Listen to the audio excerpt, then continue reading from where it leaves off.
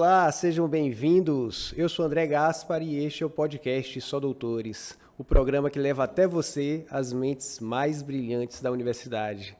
E hoje eu tenho aqui um colega querido que vai falar sobre filosofia, professor doutor Joseval Bittencourt. Professor, muito obrigado por ter aceitado o convite, estar aqui com a gente. É um prazer para mim recebê-lo hoje aqui. André, eu que agradeço o convite, quero antecipadamente aproveitar aqui, parabenizar vocês pelo projeto Só Doutores. Vamos torcer, é um projeto belíssimo, está sendo bem construído. Tenho certeza que o sucesso está garantido. Boa sorte nessa empreitada aí. Maravilha, Joseval, muito obrigado. Hoje a gente vai falar um pouco sobre a filosofia. E aí, quando eu pensei nesse programa, me veio à mente a relação entre a filosofia de ontem e a filosofia de hoje. Hoje a gente vê que há muitos filósofos na mídia que estão meio que mostrando às pessoas qual é o trabalho de filósofo ou o trabalho de professor de filosofia. Mas lá na década de 80, creio que não era bem assim, né? As pessoas muitas vezes não tinham a ideia do que fazia o filósofo. Que é justamente a época que você começou a desenvolver seus estudos na universidade, na graduação. Queria que você contasse um pouquinho desse momento da sua vida. Tá bom, André. Eu começo o meu curso, de fato você está correto, a filosofia sempre foi um saber meio enclausurado, um saber, na maioria das vezes, de convento, de uma elite privilegiada, muito pouco acessível à sociedade em si. Então, era, de fato, um estudo muito particularizado. No meu tempo também era assim. Eu fui fazer filosofia sem saber o que era filosofia propriamente dito. De certa forma, eu cheguei à filosofia pela literatura. Mas cheguei à filosofia pela literatura porque eu me tornei cuidador de livro, de certa forma, né? Dei muita sorte na minha caminhada e um dia, por acaso, eu me tornei cuidador de uma biblioteca. Olha que legal. E esse contato com a biblioteca me levou a me apaixonar pelos livros. Foi em Salvador?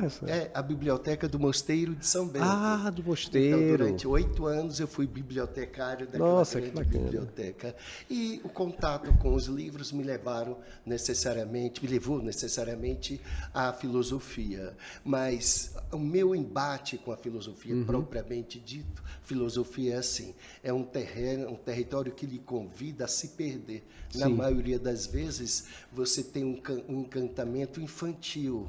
E esse encantamento infantil dá a impressão que você está com a filosofia. Mas quando você participa da festa filosófica, você descobre que não tem muito jogo de cintura. Está lhe faltando conhecimento para se envolver e se apropriar daquele discurso produzido, na maioria das vezes, hermético, fechado, inacessível, chato. E as pessoas, então, se distanciam dele. Então, o primeiro contato com a filosofia é um contato de decifração, aquela velha máxima de de Édipo, decifra-me ou devoro-te. A filosofia é um pouco isso. Ou você se perde nela, ou você decifra ela.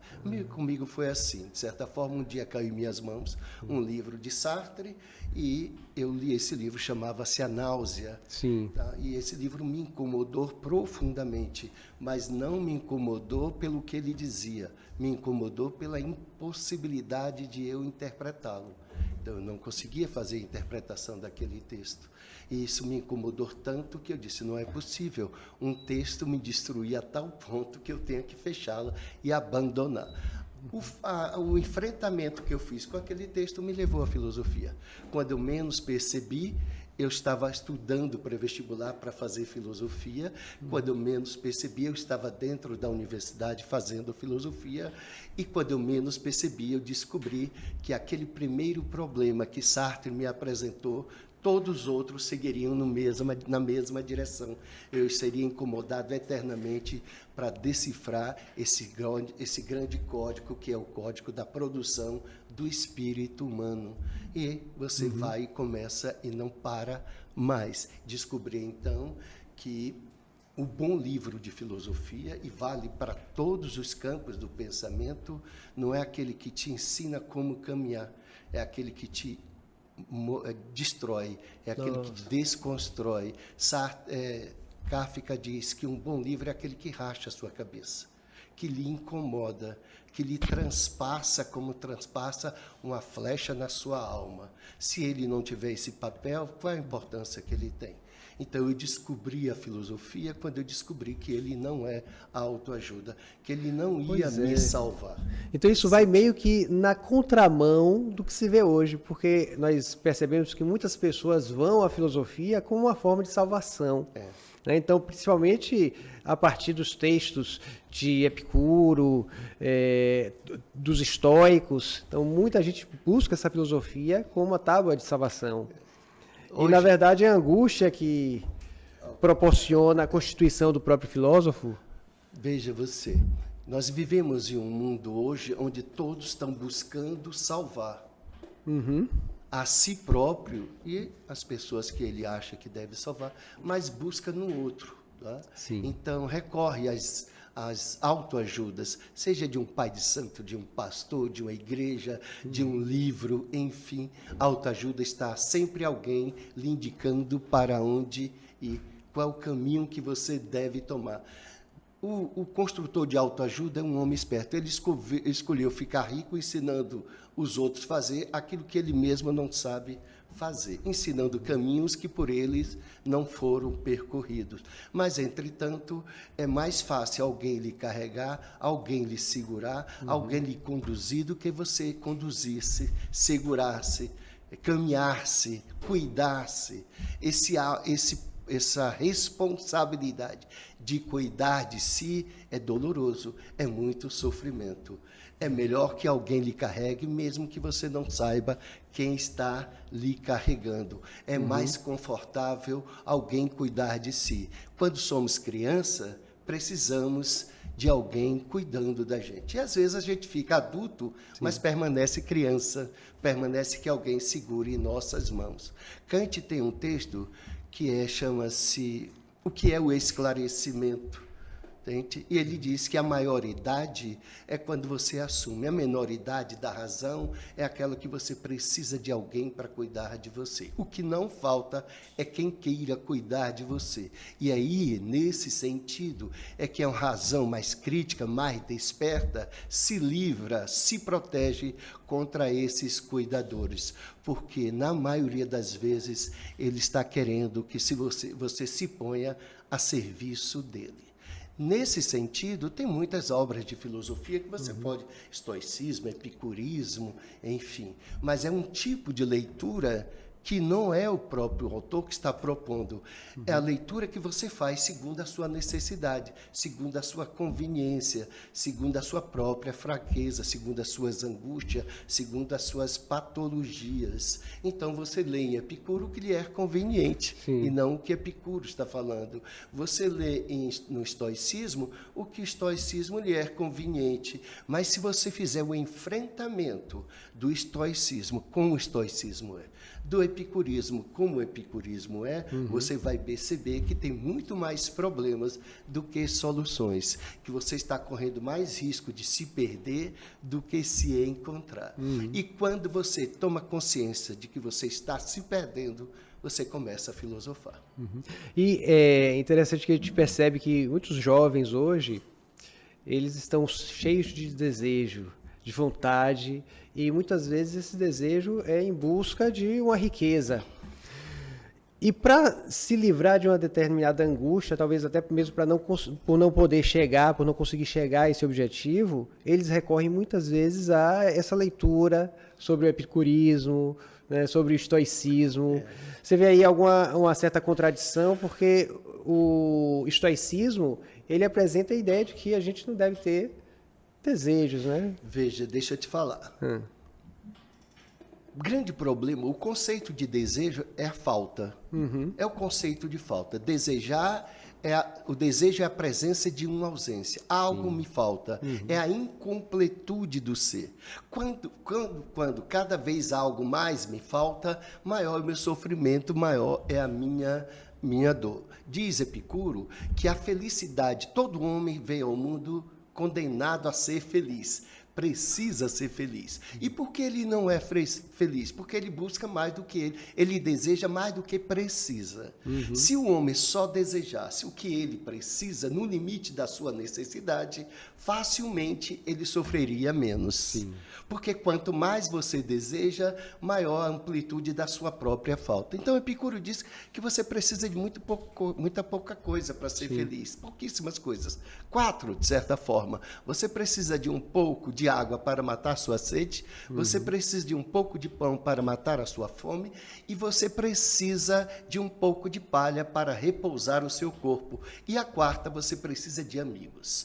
A amizade é a conclusão da felicidade. E por que Epicuro está colocando a amizade como fundamento da felicidade? Porque a amizade é o único território entre as duas almas onde uma não deseja o que o outro tem. Ao contrário, deseja que o outro permaneça tendo com o que ele conquistou. É o domínio dos afetos.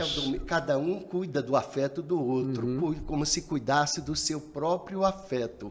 O seu afeto não depende da apropriação do afeto do outro, como diz Hegel, não depende da morte do outro. Na dialética do senhor escravo hegeliana, o desejo é a morte do outro, porque você não suporta a felicidade. Não suporta a falta. E para você não suportar a falta, os desejos terminam se confrontando. E quem é o senhor? Aquele que realiza o desejo. E quem é o escravo? Aquele que, renunciando ao desejo, colocou a serviço para produzir o desejo do outro. O escravo é o que goza e o senhor é o que produz o gozo. Sim. Desculpe, o senhor é o que goza e o escravo é aquele que produz o gozo. Mas isso não estamos em Epicuro, nós estamos aqui falando de Hegel, na dialética do senhor, o escravo, não é? O senhor, para permanecer no gozo, tem que produzir escravos. E o escravo, para produzir o gozo do senhor, não pode se reconhecer escravo, se achar livre, porque o pior escravo, segundo Hegel, é aquele que, sendo escravo, não se reconhece como tal. Mas você acha que o desejo da natureza humana, Josevaldo, nós estamos fadados a desejar sempre mais e mais e mais, o que nos leva à angústia? E nesse caso, o que é que nós podemos fazer contra essa angústia? Veja, nós vivemos uma sociedade de consumo. Sim. E às vezes, veja você, o consumo é material, mas também pode ser o consumo espiritual. Quem estuda deseja aprender cada vez mais, entende? Facilmente essas seitas de renúncia fecham o livro, entende? Porque o livro abre na sua alma falta. Qual é a falta que o livro abre na sua alma? A falta de conhecimento. A angústia da falta de conhecimento. É por isso que a filosofia nasce dessa angústia, de você reconhecer que não conhece, de você saber que não sabe. Quem sabe que não sabe, sofre. Quem não sabe que não sabe, não tem sofrimento. Os deuses não sofrem porque sabem tudo. Os ignorantes não sofrem porque não sabem o que lhe falta saber. Tá? Então, a consciência da falta é o início da sabedoria, mas é também o início do sofrimento, da angústia. Descartes dizia, eu daria tudo que sei pela metade do que ignoro, porque o que ele ignora é infinitamente maior de tudo que ele sabe. Nesse sentido, a gente vê com muita frequência uma certa piada, brincadeira, só sei que nada sei. Parece que caiu na linguagem popular. O socrático, o lema socrático. Toda vez que você quer mostrar que não sabe, você diz, só sei que nada sei. Quando, de fato, talvez seja uma das frases mais ricas da história do pensamento ocidental. A consciência da ignorância é o primeiro passo da sabedoria. O problema é que nós nos instalamos em uma ignorância destituída de consciência. Então, eu não sei que não sei, mas acho que sei, e me torno sábio sem saber. Falo de qualquer coisa como se o conhecimento estivesse ao meu alcance por uma frase, por uma conversa, uma bula de remédio qualquer, fosse a mim dado a base do conhecimento. Olha, quando Sócrates diz, eu só sei que nada sei, ele está dizendo, estou preparado para começar a conhecer. Entende? E é isso, nesse sentido, que o conhecimento é esse fluxo e refluxo permanente. Quando mais você conhece, maior é a sua ignorância. Ignorância aqui é no sentido não pejorativo, no sentido gnosiológico. Entende? Porque quanto mais você conhece, mais você descobre quanto lhe falta a saber. Então, para não saber, a gente tem que ler. Para não saber, você tem que ler. Uma pessoa que não sabe escrever não sente falta do conhecimento, mas bastou a ele escrever o seu nome, ele descobre naquele momento que é capaz de escrever uma carta. E quando ele descobre que é capaz de escrever uma carta, ele descobre que é capaz de ver um livro. E quando ele descobre que é capaz de ler um livro, ele descobre que é capaz de ler o mundo. Ele não precisa que ninguém leia para ele o mundo. Ele se torna capaz de fazer a leitura do mundo, se apropriar do mundo. Nesse sentido, é o que Descartes está colocando no século XVII. O cogito cartesiano, a razão que dá ao sujeito autonomia, é a primeira verdade. Nenhuma verdade antecede a essa. Eu penso, logo eu existo. Ele não está dizendo que esta mesa não pensa, essa mesa não existe. Ele está dizendo, eu só tenho consciência da minha existência quando eu estou no exercício do pensamento. Entende? Fora do pensamento, a sua existência. Eu estou no plano da natureza, entende? Fora do pensamento, eu estou no plano da natureza. Eu como, eu bebo, eu reproduzo, como um animal qualquer faz. O que me civiliza, o que torna a minha alma no universo da civilização é o pensamento. É o que nos distingue e o que nos separa do reino da natureza e nos torna reino da cultura, do pensamento. Então, Descartes está convidando o homem a trazer para ele a responsabilidade de ser o autor da verdade. A verdade não chega ao homem mais por uma produção de iluminação transcendente, uma concessão divina ou espiritual. A verdade é matematizável. O homem é capaz de produzir a verdade. E a verdade que o homem é capaz de produzir é a verdade que operacionaliza o mundo, que torna a vida útil ao homem, que transforma a natureza a serviço do homem. O homem não encontra mais subordinado à natureza, mas essa natureza pode ser traduzida em uma linguagem matemática, uma linguagem metodológica que a razão dar conta. Então, o homem pode dominar a natureza nesse sentido. Não no sentido pejorativo, mas o homem pode transformar a natureza em um bem do homem. E quando a gente pensa nesse racionalismo, que é a base do pensamento de Descartes, a gente também pensa na questão da religião. E aí, algo que vem à mente é a ideia de que, para ser filósofo, eu não posso crer em Deus. Há uma relação de verdade nisso? Você fez uma pergunta aí que é muito complicada, muito complicada. De fato, eu vou te dizer 2 vezes. Eu conheço muita gente que faz filosofia e acredita em Deus, o que não é o meu caso. Tá? Bunoel uma vez respondeu, você é ateu? Ele disse, eu sou ateu graças a Deus. Então, um pouco o meu caso, não é? Mas o fato de você não acreditar em Deus não destitui o outro do direito de acreditar em Deus. Não é a minha função, não é a minha responsabilidade desacreditar de Deus, não. Mas eu trabalho numa perspectiva em que o homem tomou o lugar de Deus. Entende? Porque tornou responsável pela construção da verdade. Entende? Aquela ideia de verdade, eu sou a verdade, o caminho e a vida. Descartes trouxe para o homem, nós somos a verdade. Cada homem é convidado a ser o autor da verdade. A verdade não é mais uma construção sobrenatural, mas uma construção natural. E nesse sentido, é muito difícil se fazer filosofia e, ao mesmo tempo, acreditar em Deus. Você pode fazer filosofia como um técnico, sem nenhum envolvimento. Mas quando você se apropria da filosofia como algo da sua própria vida, da sua própria existência, você não pode conceder à verdade um direito fora do seu território. De fora do seu território, porque então você teria que conquistar duas verdades, aquela que Adão é capaz de produzir e aquela que Deus é capaz de nos conduzir. Olha, só quem vai vencer esse embate é Deus. O homem não teria nenhuma chance. Se a verdade de Deus fosse suficiente para dar conta da necessidade do mundo, nós não precisaríamos de ciência, nós não precisaríamos de nada, sequer de vacina. Aí, nesse sentido, o mito está certo. Não precisa vacina, basta rezar em qualquer igreja e a verdade aparece para os homens. Ainda bem que, para além da verdade, dessa verdade que transcende ao homem, existe a verdade dos loucos, desses que não acreditam em nenhuma verdade e se torna cigano da verdade, habitando cada dia em uma casa. Eu costumo dizer que a verdade é uma prostituta.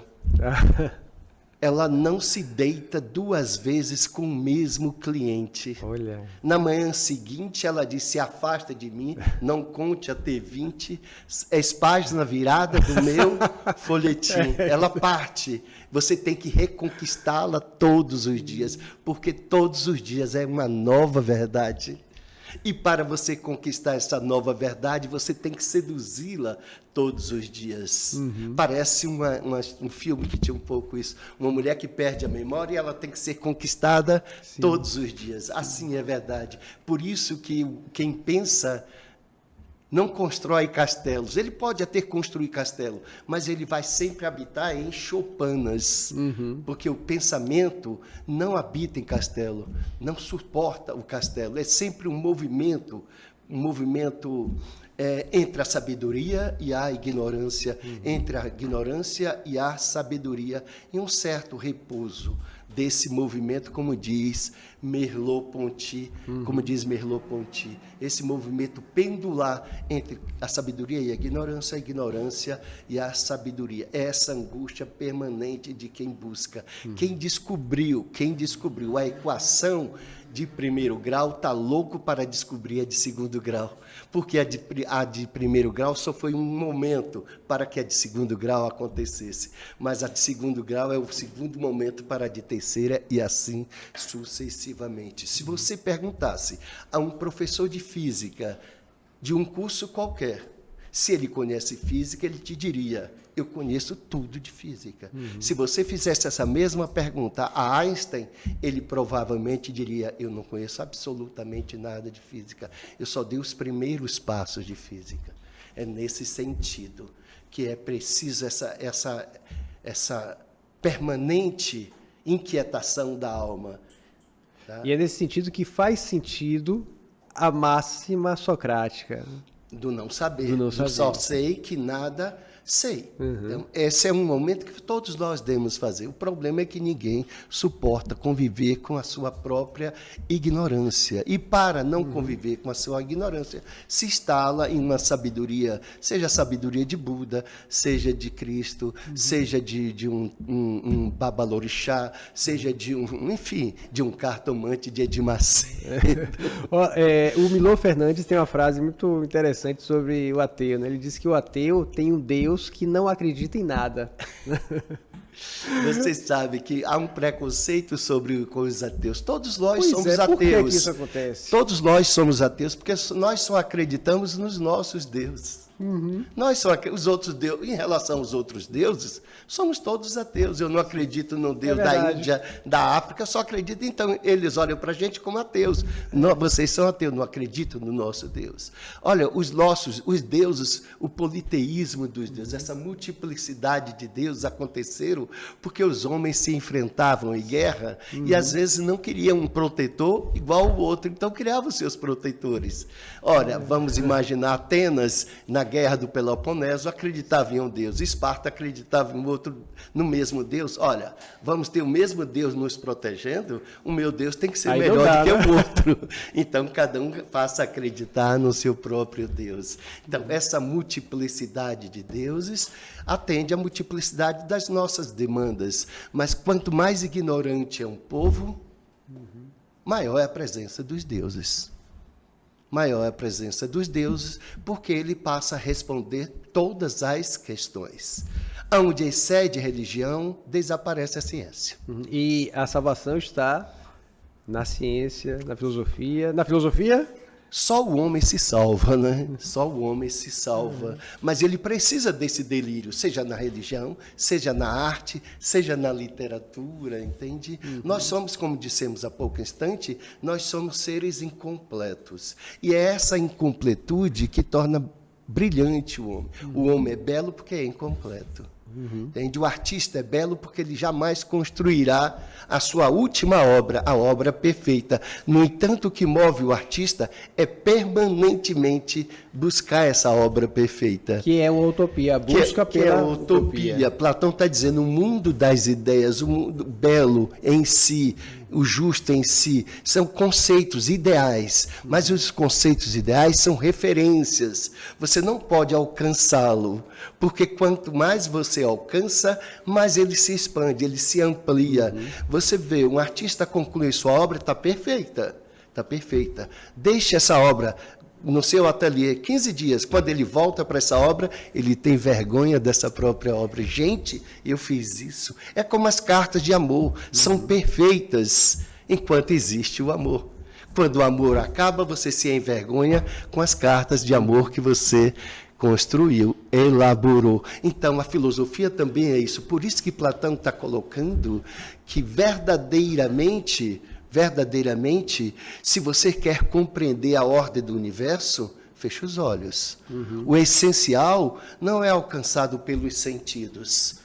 É invisível aos olhos. Você só alcança o essencial pelo pensamento. Mas se você não exercita o pensamento, você não dá esse voo, você não contempla as estrelas, você se torna prisioneiro de particular, do contingente, daquilo que eu posso tocar, sentir, cheirar. É preciso que você contemple as estrelas, porque o pensamento vai estar nas estrelas.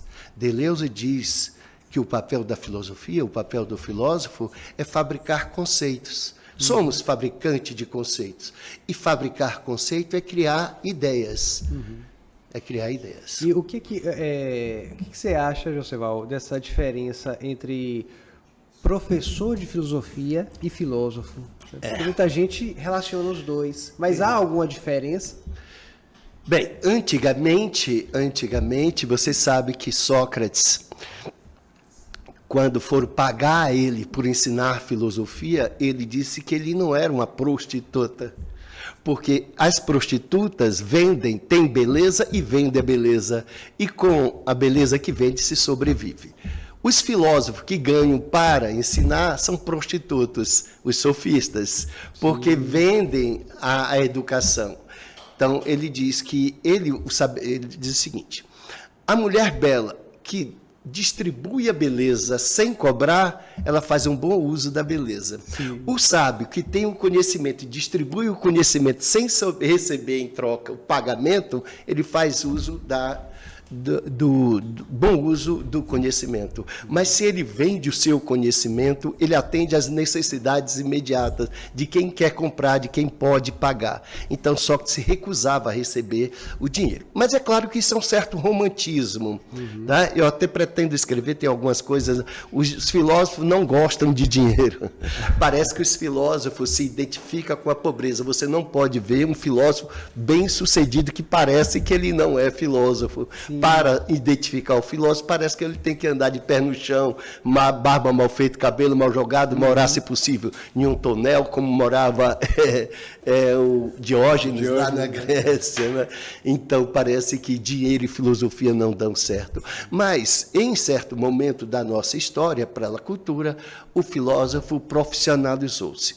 Sim. E a profissionalização do filósofo levou a ser o filósofo um acadêmico. Então, de certa forma, não estou dizendo que você não pode filosofar fora da academia, mas o que virou tradicional, o que é regular, é que o filósofo faça o curso de filosofia, esteja habilitado a filosofar e a ensinar filosofia. É claro que ele pode exercitar a filosofia na sua casa como quiser, mas ele não vai poder ser um filósofo público.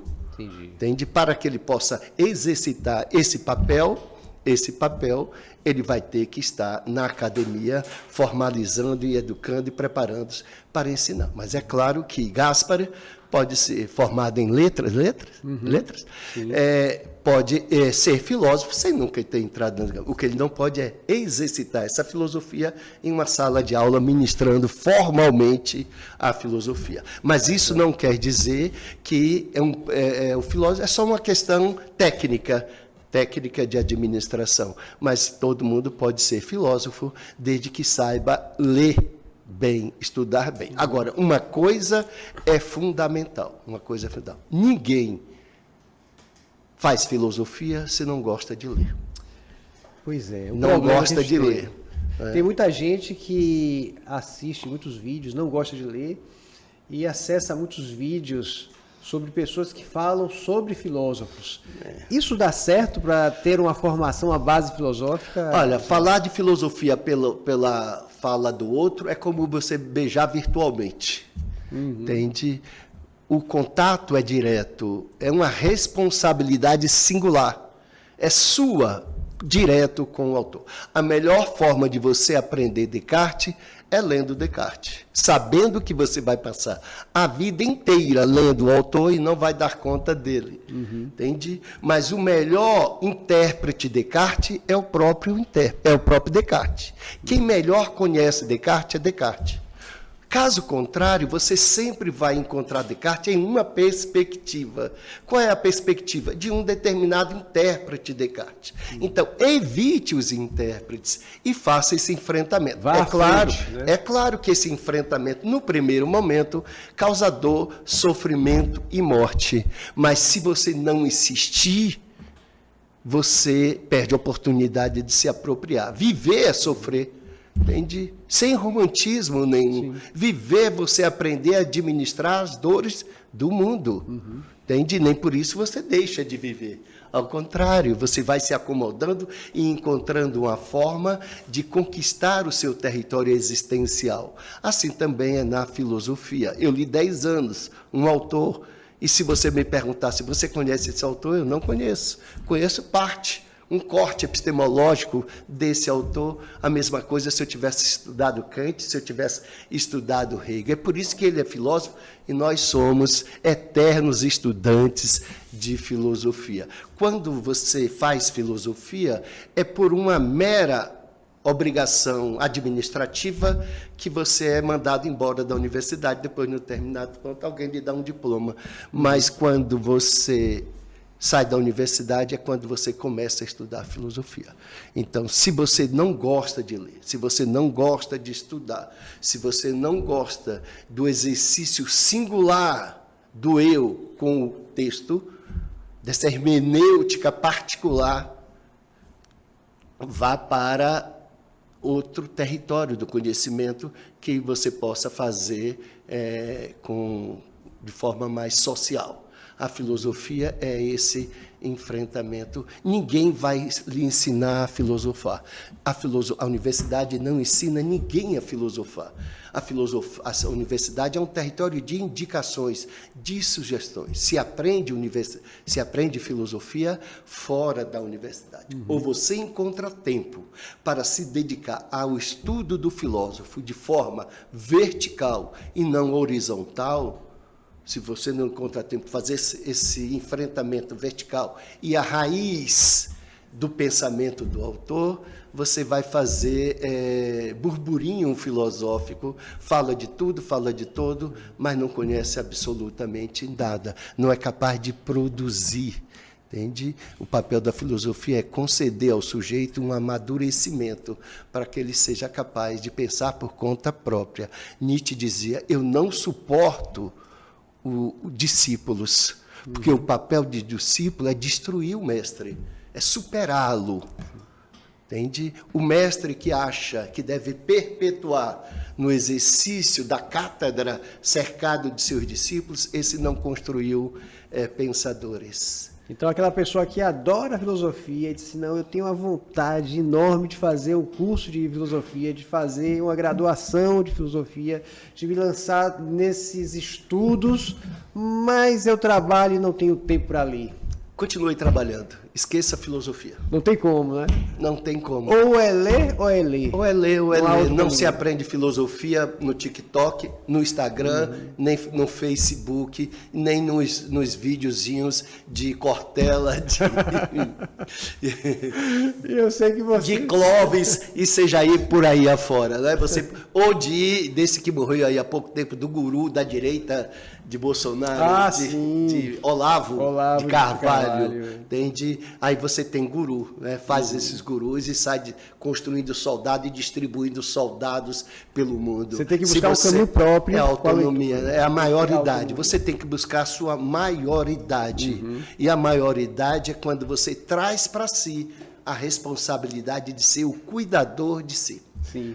Entende? Você acerta e erra, porque é natural do ser humano. Mas é você que acertou, você que errou. E não porque Foucault mandou você fazer isso, Teilhard de Chardin mandou você fazer isso, Deleuze fazer isso, porque eles fizeram o caminho deles e você faz o seu. Sim. Se Deleuze enfrentou Nietzsche, por que você tem que ler Nietzsche por Deleuze? Enfrente você mesmo, Nietzsche. Se Guerrero enfrentou Descartes, por que você tem que ler o Descartes de Guerrero? Por que o Descartes de Guerrero é melhor do que o Descartes de Etienne Gilson? E por que não pode ter o Descartes de Joseph-Val? Sim. E se você quer também enveredar pela leitura de Joseph-Val, que eu sei que também você não é só um leitor, você é um escritor também... Você tem aí um enfrentamento para fazer. São enfrentamentos. Você tem quantos livros, você Agora, eu recomendo, quem quer ler Descartes, leia Descartes. Mas você tem um livro sobre Descartes, né? Não, eu tenho 2 livros sobre Descartes. Como é que se chama? Um chama-se Descartes e a Morte de Deus, Sim. Onde eu tento mostrar que a ideia da morte de Deus, anunciada por Nietzsche, Deus morreu lá no final do século XX, século XIX, XX, século XX, no início do século XX, no texto mais conhecido como Gaia Ciência, o que eu quero mostrar é que essa ideia da morte de Deus, ela perpassa os autores que antecedem a Nietzsche. Começa em Descartes, com a autonomia da razão. Descartes começa o texto dizendo, tudo que eu tratarei aqui, tratarei a partir da razão natural. Não me interessa nada da razão sobrenatural. Mesmo quando eu estiver falando de Deus, eu estou falando através do método geométrico. Tá? Essa ideia de Descartes, da autonomia da razão, vai para Spinoza. Vai mais tarde para Kant, vai mais tarde para Hegel, chega na política através do mecanicismo do século XVII com Thomas Hobbes, no Leviatã, mais tarde no Rousseau, que tanto, na Revolução Francesa, Rousseau que tanto influenciou a Revolução Francesa e que tanto vai influenciar Kant com a moral. Então, está aí preparado o território para que Deus saia do campo da ciência. Em Kant vai definitivamente concluir esse projeto. Né? A metafísica está fora do campo da ciência. A metafísica é uma questão moral. Tá? Os juízos sintéticos, a priori kantiano, são juízos de ciência. A ciência faz geometria, faz física, onde se encontra matemática, onde se encontra os juízos sintéticos a priori. E os juízos como Deus, liberdade, imortalidade da alma, esses juízos são práticos, são da moral, está lá na crítica da razão prática, mas não faz ciência. Então, ciência é uma coisa, religião é outra. A filosofia está no campo da ciência e a religião está no campo da espiritualidade. Mas não se chega a Deus pela razão. É o que Kant está nos falando. Não se chega a Deus com verdades como a ciência chega. Então, o papel da ciência é construir verdade, que operacionaliza o real, como já dizia Descartes lá no século XVII, Kant está dizendo aqui. Tá? Essa verdade é a que pode ser traduzida em uma linguagem matemática, uma linguagem geométrica. O Galileu está dizendo lá no século XVII, acabou esse mundo antigo acabou. Se você quer compreender esse novo mundo, tem que abrir um novo livro. E esse novo livro está inscrito em código, em signos. E os signos é triângulo, retângulo, linha reta, é a geometria. Entende? E aí você faz essa abordagem, quem não conhece a geometria, diz Galileu, não dá conta do mundo natural. Dá conta do mundo sobrenatural. Mas isso não interessa naquele processo, entende? Quem salva o homem não é Deus. Quem salva o homem é o homem. E você também tem um livro que é autobiográfico. Chama-se esse livro. Então, sobre Descartes eu escrevi esse livro chamado Descartes, a Morte de Deus. Escrevi um outro livro chamado Descartes, a Invenção do Sujeito. O sujeito é uma invenção do século XVII. A subjetividade humana é uma invenção cartesiana. Descartes subjetivo, o homem traz a verdade para o sujeito. Esse é o segundo livro. E o terceiro livro é Confissões quase filosóficas. Esse é o autobiográfico. Esse é um texto com vários textos autobiográficos. Tem um ou dois onde eu narro um pouco minha trajetória no curso do mestrado à filosofia, mas um pouco o percurso existencial da minha caminhada, desde o início até o momento que eu escolhi filosofia, e todos esses percursos em pequenos textos. Entende? Então, meu contato com os livros, Entre Amores e Dores, nesse contato desses dois grandes livros, que foi A Náusea e que foi O Discurso do Método de Descartes, e que um vai gerar o mestrado, o outro vai gerar o doutorado, enfim, esse processo que está ali nessas confissões. Mas essas confissões, ela não está subordinada ao rigor acadêmico. Sim. É um texto mais informal, de acesso leve, simples, mais literário, mais poético. Também recorro muito à poesia de Fernando Pessoa, autor com o qual eu tenho uma intimidade de respeito, mas de veneração. Fernando Pessoa, e tem um texto nesse livro sobre o poema Tabacaria, que é um grande poema de Fernando Pessoa. Acho que é o mais famoso dele, né? Talvez seja o mais famoso, mais existencial. Não sou nada, nunca serei nada. A parte disso tem em mim todos os sonhos do mundo. É um grande texto, eu recomendo Tabacaria. E olha o sonho aí, olha o desejo.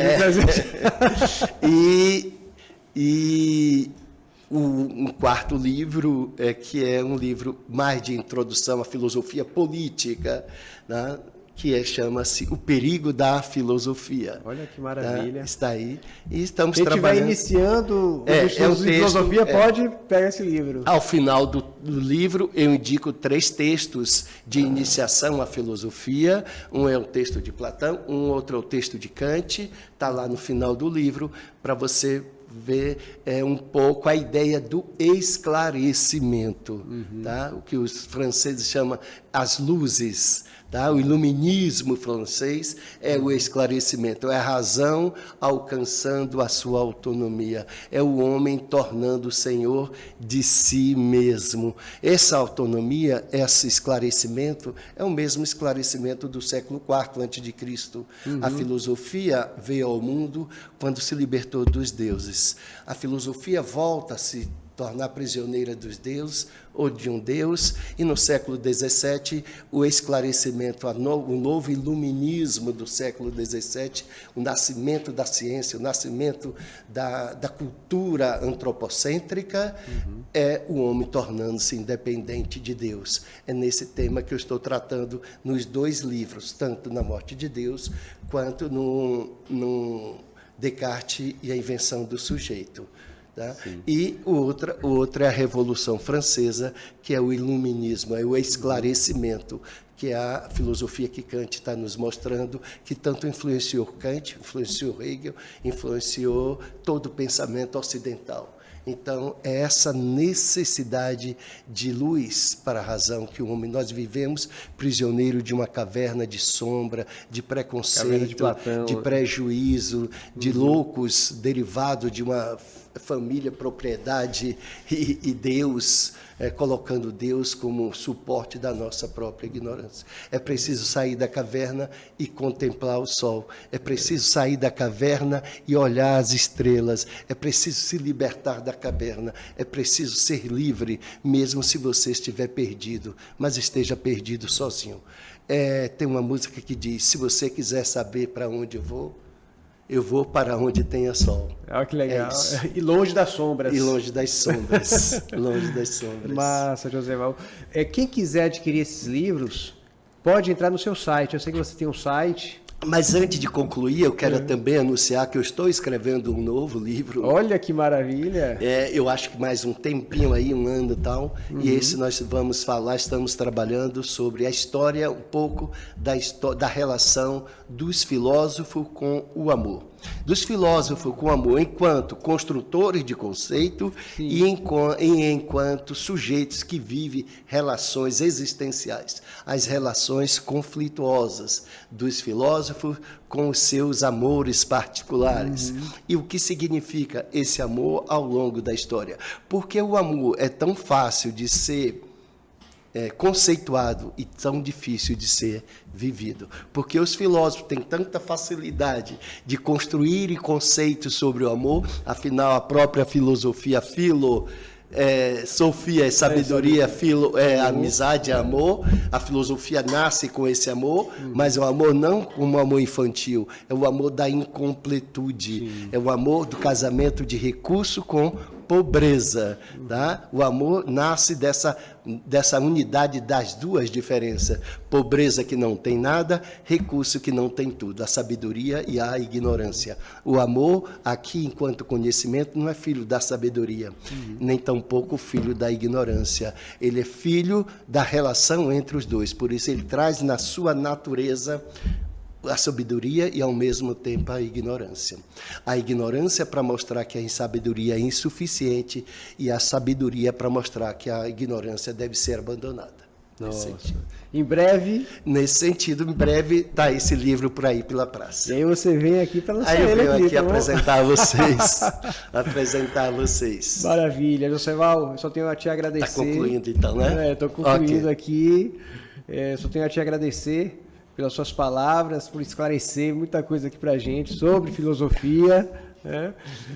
Por nos mostrar que a filosofia ela não visa apresentar salvação, muito pelo contrário, né, Josevaldo? Isso é muito bom, para a gente ter uma noção mais real da utilidade da filosofia e da importância também da filosofia. Que eu te agradeço, já concluindo aqui, eu te agradeço, eu não quero desencantar o interesse pela filosofia, mas também não quero anunciar que a filosofia é uma igreja, é um centro que salva a sua alma. Quem quiser salvar a sua alma, não se entre na igreja da filosofia, porque ela não salva ninguém. Perfeito. Diga aí. O site. O site. Professor Dr. Josevaldo, mas se botar lá, Professor Dr. Josevaldo no Google, acha Josevaldo. Pronto. Entende? E o meu Face também é Josevaldo Bittencourt. Perfeito. Mesmo assim, a gente vai deixar na descrição desse vídeo o site de Josevaldo, tá bom? Tá certo. Agradeço a você. Maravilha. E estou torcendo para o sucesso desse projeto.